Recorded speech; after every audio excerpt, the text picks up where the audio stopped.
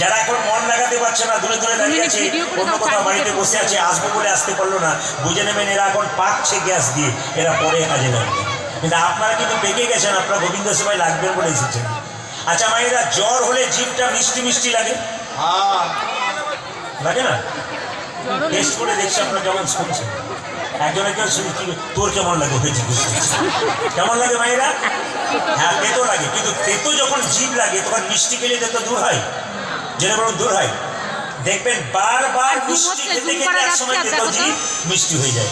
মহাপ্রভু বললেন যাদের হরিনাম ভালো লাগে না, কৃষ্ণ নাম ভালো লাগে না, তাদের জন্য তিনি নির্দেশ দিলেন বারবারে বলবে, বারবারে বলবে, বারবার শুনবে আর বারবারে বলবে, বারবারই শুনবে আর বারবারে বলবে, বারবার শুনবে আর বারবারে বলবে, বারবারে বলবে আর বারবারে বলবে, মধুমাতা হরিনাম বারবারে বলবে, মধুমাতা হরিনাম বারবারে বলবে, সুদামাতা হরিনাম বারবারে বলবে, সুদামাতা হরিনাম বারবারে বলবে, সুদামাতা হরিনাম হরিনামে মাতবে, মধুমাতা হরিনাম হরিনামে মাতবে, সুদামাতা হরিনাম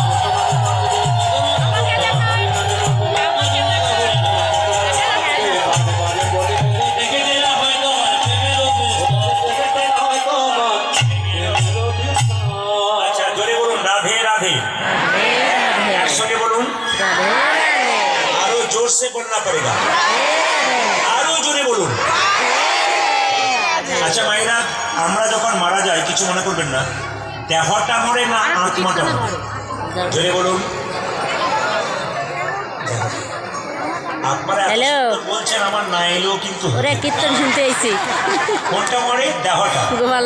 আত্মাটা মরে না। একটু বুঝিয়ে দিন। হ্যাঁ, শাস্ত্র কি বললো? প্রদীপ বলেছে অনেক মানুষ, যথা বিহায় অনেক মানুষ নবানি ঘৃণাতি নরহ পরাণী তথা শরীরানি বিহায় জীবনানি সজ্জাতি নবানি। বাংলা করে বুঝাই। যে কাপড়টা আপনারা পড়েছেন, যে কাপড়টা দাদা ভাইরা পড়েছেন, যেটা আমরা পড়েছি, ওই কাপড়টা যখন জীর্ণ হয়ে যাবে তখন ওই কাপড় কি করবেন আপনারা মায়েরা? ওই কাপড়টা বিকেলে শেষ হয়ে গেছে। আমাদের দেহ যখন জীর্ণ হয়ে যায় তখন আত্মা দেহ থেকে চলে যায়, নতুন দেহ ধারণ করে। কীর্তনিয়া প্রদীপ পাল যেদিন মারা যাবে সেদিন কোন দেহ করবে কি করে জানবেন? আপনারা যেদিন মারা যাবেন আপনারা কোন কুলে জন্ম নেবেন আপনারা কি করে জানবেন? শাস্ত্র বলে দিয়েছে কিন্তু কি বলেছে? মানুষ কুলে জন্ম নিয়ে কেউ যদি পশুর মতো কর্ম করে তবে পরের জন্মে তার পশুর কুলে জন্ম হবে। শাস্ত্রের কথা ভুল যাবে না, যদি এখন থেকে সাবধান থাকে তবে কানে লাগান, নইলে পরে কিন্তু ফস্তাতে হবে। মানুষ কুলে জন্ম নিয়ে কেউ যদি পশুর মতো কর্ম করে তার পশু কুলে পরের জন্মে জন্ম হবে, আর মানুষ কুলে জন্ম নিয়ে কেউ যদি মানুষের মতো কর্ম করে পরের জন্য আবার মানুষ হবে। আর মানুষ কুলে জন্ম নিয়ে কেউ যদি মহামানবের মতো কর্ম করে, মহাপুরুষের মতো কর্ম করে, তার দ্বিতীয় জন্ম হয় না, তার গোবিন্দের চরণে লাভ। কেন বলুন তো মায়েরা, কেন বলুন তো? যে ধানকে সেদ্ধ করা হয় তাকে দেখবেন মাঠে ছড়ালে আর গাছ হয় না, যে দেহ হরিনামে সিদ্ধ হয়ে যায় তার আর দেহ প্রাপ্তি হয় না, তার গোবিন্দ চরণ প্রাপ্ত হয়ে যায়। এখানে যারা কীর্তন শুনতে এসছেন কিছু মনে করবেন না, আপনারা মারা গেলে আপনাদের দেখলেই বুঝতে পারা যাবে আপনি স্বর্গে গেলেন না নরকে গেলেন। যদি একটা বই পড়েন, বইটার নাম বলে দেবো, ডক্টর পঞ্চানন ভট্টাচার্য একটা বই আছে জগত, আমি পড়ে দেখবেন যারা বইপত্র পড়তে ভালোবাসেন। পরিষ্কার লেখা আছে যে উনি রিসার্চ করে করে দেখেছেন। উনি কি বলছেন যে মানুষ মারা গেলে তাকে দেখলেই বুঝতে পারবেন উনি স্বর্গে যাচ্ছেন নরকে যাচ্ছেন।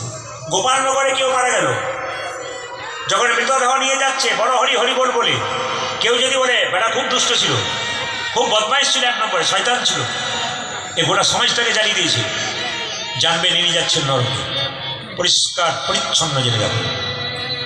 আর যদি আপনার মৃত্যুর পর লোকে বলে লোকটা খুব ভালো ছিল, খুব কৃষ্ণ ভক্ত ছিল, ভালো মানুষ, দশচক্রে ভগবান নিয়ে যাচ্ছেন স্বর্গে। আপনার মৃত্যুর পর আপনাকে বদমাইশ লোক, দুষ্ট লোক, বদমাইশ লোক, এদেরকে দেখলেই বুঝতে পারবেন আপনি। ওদের মৃত্যুর সময় বুঝতে পারবেন কত বদমাইশ ছিল, কত দুষ্ট ছিল। কি করে বুঝবেন? টাকা নেওয়ার দিকে। যদি কেউ মারা যায় মুখটা বিভৎস হয়ে যায়, ভয়ঙ্কর হয়ে যায়, মায়েরা বলে না বাবারে দেখতে গিয়েছিলাম মরাটাকে 5 দিন ঘুম হয় নাই, ভয়ঙ্কর মুখ, জানবে নিয়ে যাচ্ছেন নরকে।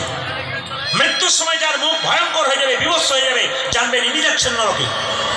আর মৃত্যুর সময় আপনারা বলেন না, লোকটা মরে নাই গো, যেন মনে হচ্ছে ঘুমাচ্ছে, জানবেন ইনি